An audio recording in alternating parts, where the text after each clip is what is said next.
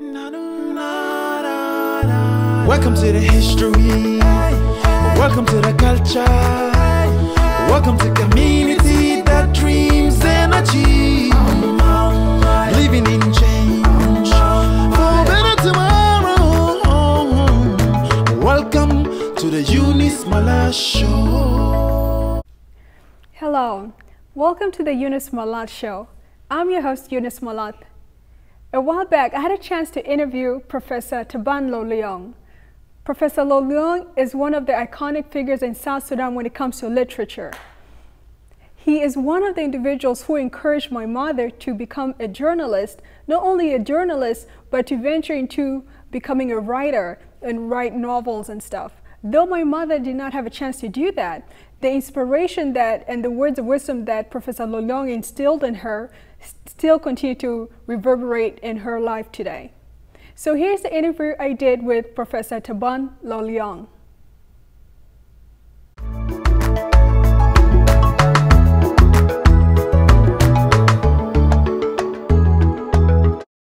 Professor Taban Lo Liyong is one of Africa's most recognized literary figures. Born in 1939, Professor Lo Liyong took an early interest in writing African folktales, poetry, and fictional works. He is the first South Sudanese to have his books published in the African Writers series. Some of Professor Lo Liyong's books include Carrying Knowledge Up a Palm Tree, Eating Chiefs, Show What, So What, Franz Fanon's Uneven Ribs, Another Nigger Dead, and Meditations of Taban Lo Liyong.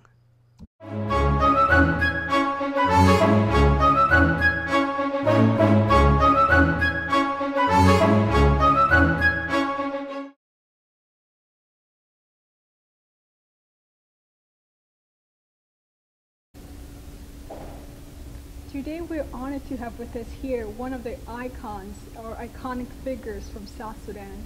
It is none other than Professor Taban Lo Liyong. We thank you and really are honored to have you here on the program today. It is my pleasure also to be on your program. Yes. Now, Taban is a professor, and in addition to being a professor, he's also a prolific writer. And he's one of the well-known writers who has ever originated from South Sudan. And can you please tell us where your writing journey began? It didn't start like writing. It started like when I first went to school in 1945, in second term, which is May. This is almost 70 years of my being in school. So I went to school, and in Uganda at that time, in the villages, people used to be taught in the native tongue, and I was in an Acholi area. So every Friday, like today, there would be a lesson in telling folk tales. The last lesson before lunch, just like we had it today. So we used to tell stories in primary one for 1 or 2 hours.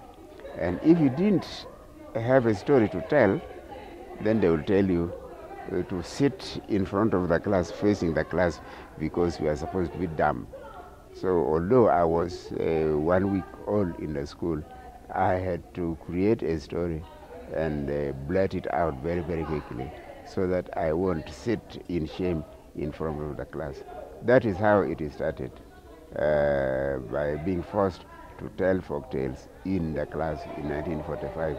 Then when I continued studying, there were these books teaching people English, published by either Oxford University Press or by Longman, and the English readers, and which had folk tales from the rest of Africa, Lakayana from Zululand, and then Ananse from Ghana, and Totos from Nigeria, and so on. So we had those And while we were learning English grammar, we were also learning simplified versions of African folk tales. Then in 1950, I don't know whether it was 52 or 53,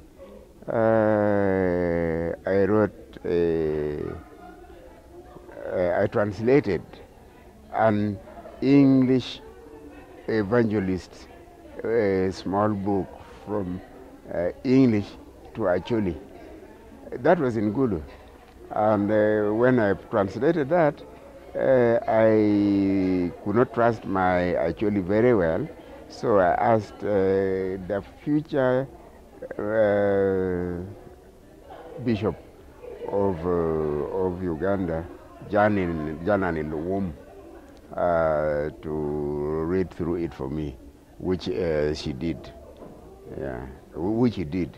So that was the first thing that was published in my name.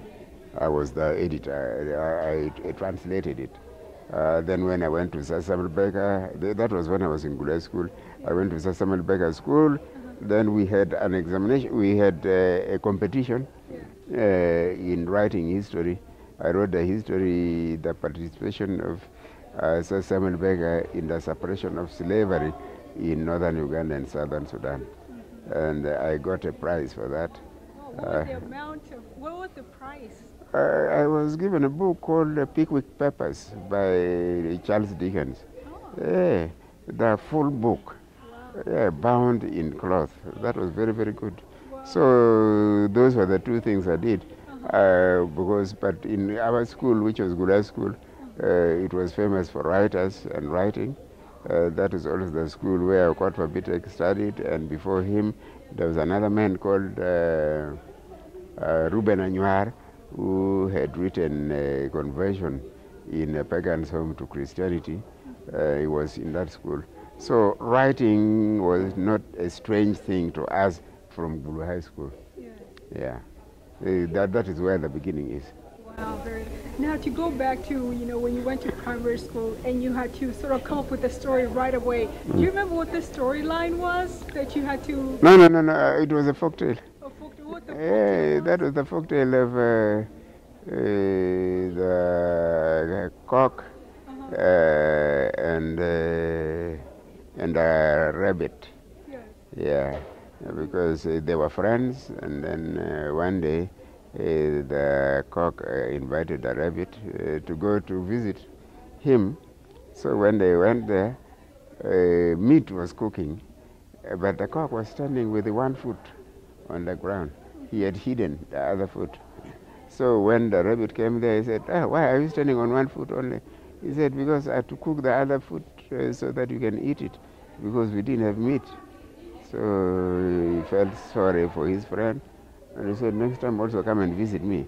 So when the cock went, because he stretched his other foot, so when he went, then he found the rabbit was groaning, because the rabbit had also cut away 3 of his legs. Wow. And he couldn't move. So when the cock came, and he was walking on 4 legs, the rabbit was extremely mad, because he was lying down there dying. No rabbit can move with the only 3 legs. So that was the story that I told. Wow. Was there a moral? No, the moral was that one of them was that, of course, what you should do is to look before you jump. Yeah, just don't accept anything on its face value. Better be circumspect. Better check what looked suspicious. Yeah. You were such a critical thinker. No, at that time, no. Great level of analysis. No, those of us who are multilingual, we have a double vision. You can see things in Acholi language, which looks strange to somebody in Kuku language, or a story in Kuku language. When you are retelling it in Acholi, would have gathered other dimensions. So that is what happened. Yeah. So when you finished high school, Yeah. where did you go to college? Oh no! First I went to Kyambogo in Uganda. I got a 2-year course for teaching. Then I went back to Gulu High School to teach. After 2.5 years, then I got a scholarship and I came to America. The first place I went to was Knoxville College, where I again wrote 2 stories or 2 poems for our university news magazine. I think it was called Howardian or the... No. I think it wasn't a Howardian. It is a different name. But I wrote and published 2 stories there. Yeah. And then then after that I went to Howard University. You know, I was in Knoxville College, and then I was only in Knoxville College, Tennessee for 1 year. And then after that I went to Howard University, and it was the Howard University which had a new literary magazine called The Promethean. That is where I wrote the 2 stories. Yeah. Around what year was this? Oh no, I was 63 to 66. I was here in 62, in July or August.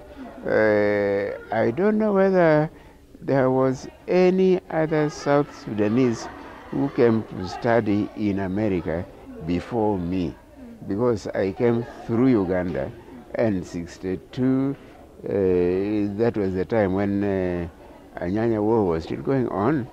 It needed 10 more years to reach 72, so that there would be the Addis Ababa peace talks. So that is what happened. But I think I must have been the first South Sudanese to come to America to study. That's very impressive. Absolutely so. So once you graduated from Howard University. What degree did you hold? I got a bachelor's degree in English and journalism. So I am also a journalist in a way, and I've been making use of my knowledge of journalism to construct my essays in the papers, including my reports about any events that take place. Whatever I write in for the magazine, for the newspapers, I'm just using my knowledge of journalism. So after you completed your degree from Howard, Yeah, what was I your went next to Iowa. step? I went to Iowa, the University of Iowa Writers Workshop. That was where I was for 2 years, and that is where I wrote a lot more books, stories, and so on. And then by '68, when I was going back to Africa, I had already created enough stories and essays and poetry to leave some for publishing. So I left 2 or 3 manuscripts in London with the Heinemann African Writers Series when it existed. Then I took some to Uganda. I took them to Kenya. So that is how I started publishing books. Yeah. For those who might not be familiar with the African Writers Series, could you please inform No, viewers, yeah. especially the young folks who might not know, that- and how important it is? That was some English firm. It was Heinemann. There was a publisher called Heinemann, publishers of textbooks for England. Then it got into their head that they should publish short stories and stories, poems and dramas from Africa. Yeah, and they call it African Writers Series. And Achebe was Achebe was their first best writer. He wrote Things Fall Apart, and then later on he also became the series editor, the editor of the series, African Writer series. And so a lot of books, his books were published there. Ngugi also published there. And there were plenty of West Africans and East Africans and Southern Africans who actually did publish with the Heinemann. But most importantly, you're one of the first from South Sudan who did that. And that is something that we need to recognize and for our youth to know about, you know? Because it's people like him, Professor Taban, that are opening doors for us and have opened doors for us. Because just imagine, you know, it's his writing that people read, you know, and they recognize him. And also, apart from that, they recognize him as being from South Sudan. Eunice, I am known as a writer, but I'm not read by South Sudanese. They don't read me. I'm only known in Uganda and Kenya. That is where they know me, because I was there during the time when I was writing, and also when I was interacting with them in writing my essays. But the people of Uganda, South Sudan, they don't know me. They're going to know you, you know? Yeah. Maybe.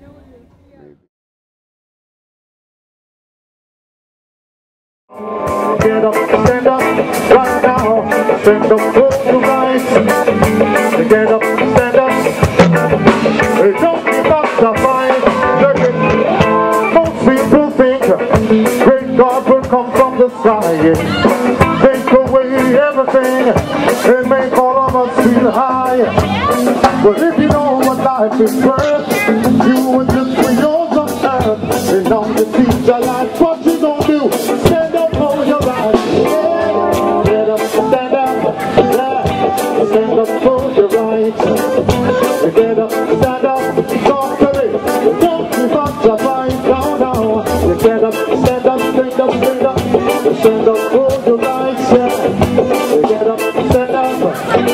Stand up, don't give up the fight. Well, I'm a secret, tired of the easy shipping. The guy that know the heaven and I ain't shipping. We know and we understand. Almighty God is a living man. You fool the people sometime. You fool all my long time now. Now you see your life, what's he gonna do? Rastafari, get up, stand up, yeah. Stand up for your rights. Get up, stand up. Hey, don't give up the fight now. Get up, stand up, right now. Stand up for your rights. Get up, stand up. Hey, don't give up. Look here, we don't need no brother. We don't need no brother. The Rastaman don't need no need. We don't need no trouble. No more trouble, no more trouble. Tell you what we need, God. What we need is love. To get and protect the power.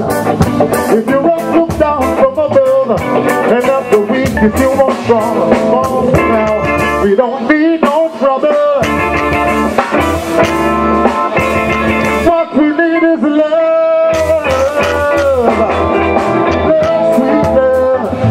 We need love, sweet love now.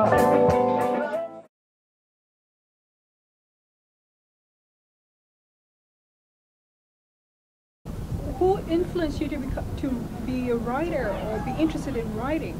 As I said, my old school of Gulai School was such that we had writers from there.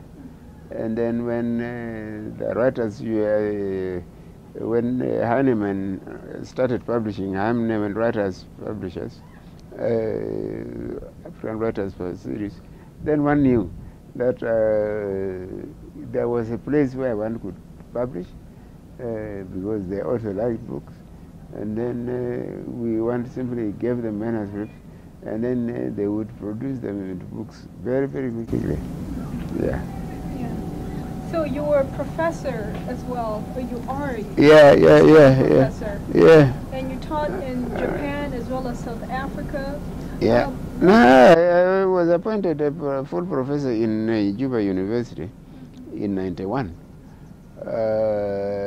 then 93, I went to Japan as a visiting professor, research professor in National Museum of Ethnology in Osaka, where I worked for a year. I didn't even finish a year. I came to Western Australia itself to do a fellowship. To do a fellowship also in Iowa. So this was my second time to be in Iowa as a student, and when you do a thing like that, you should be bound by laws. So I don't know whether somebody observed it or not, but if they didn't, then it means they will produce, or they are going to produce too many books all at once, and it is going to keep people indigestion. Yeah, because it is like you are just biting and chewing, not chewing properly. Yeah. Because it is like you are a ruminant animal and you are sending the last grass to a place where you can vomit them out and then chew them again and so on. So that is the problem. But I tell people I'm not going to wait for the writers, for the critics to catch up with me. I will do my own thing and I finish on the stage, and then I go to my maker. Then it will be after them to go through those articles, yeah, and to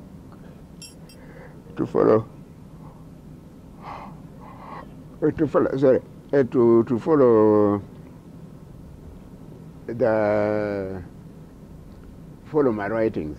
I'll just continue writing. If they go up to 50 and nobody has done a major work on them, it doesn't matter. I'll just continue my writing. So this day, you're still writing? Oh yeah, I'm still writing. What, are you working on any manuscript? Many. Many? Yeah. So not just one? No, many. Wow. I even have some here, which when I live here, yeah, if I go to New York again, or if I go to Washington, D.C., yeah, I might give them to some publishers there to publish. Wow. Yeah.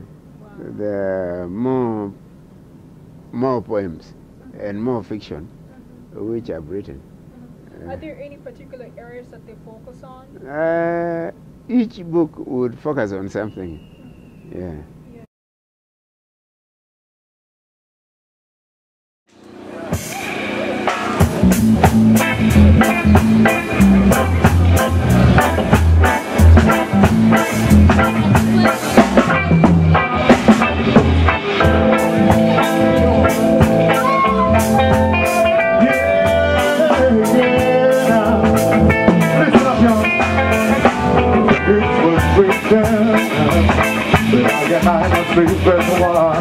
Around the world, though in this time we face tribulation, but this don't have to be, there's a solution.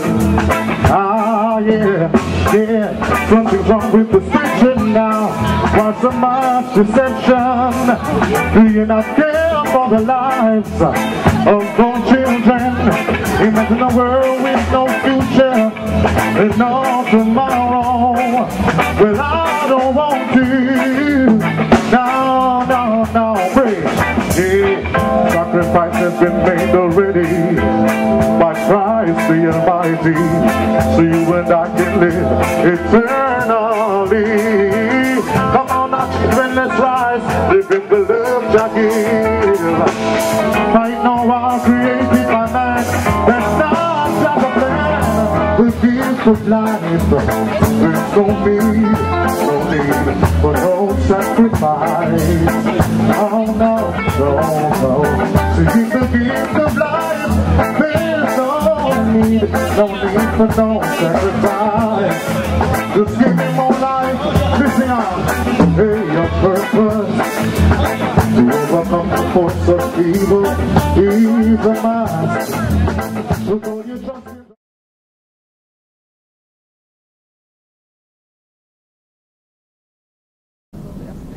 My mom informed me that she used to be a journalist back in the 70s Yeah, in yeah. Juba. Yeah, and she she- mentioned that you encouraged her to become a novelist. Yeah, And I was very surprised to hear that, since it was women and Yeah. perception of women, Yeah. they're not encouraged to pursue things in No, writing. no, no, thinking, no, no. really in No. the intellectual field per se. No, Sarah was writing. She had already been publishing poems. She and Joseph Abuk were writers, and then joining that rank later on was Victor Lugala, and another one was Victor Keriwani, who started writing a bit earlier and writing short stories and poems, especially short stories. So for me, if there is some lapse in memory, I would work on it, better it, and mend the fences before they are taken. So that is what I do. So you do not see any difference between a man and a woman and their No. capability of There's doing no need. anything? There's no need. There's no need to say that there should be a difference, because we do have very fine women writers. Yeah. If you could take the women away from the last Babylon, no, not Babylon, the last garden of creativity, that would work. We hope that you enjoyed the interview with Professor Taban Lo Liyong. Please join us on Facebook and send us a message on Facebook as well at Eunice Malath Show. And also you can email us at theeunicemalathshow@yahoo.com. We look forward to coming on air next week, same time, same place. We look forward to seeing you then. Thank you. If you believe, you can achieve.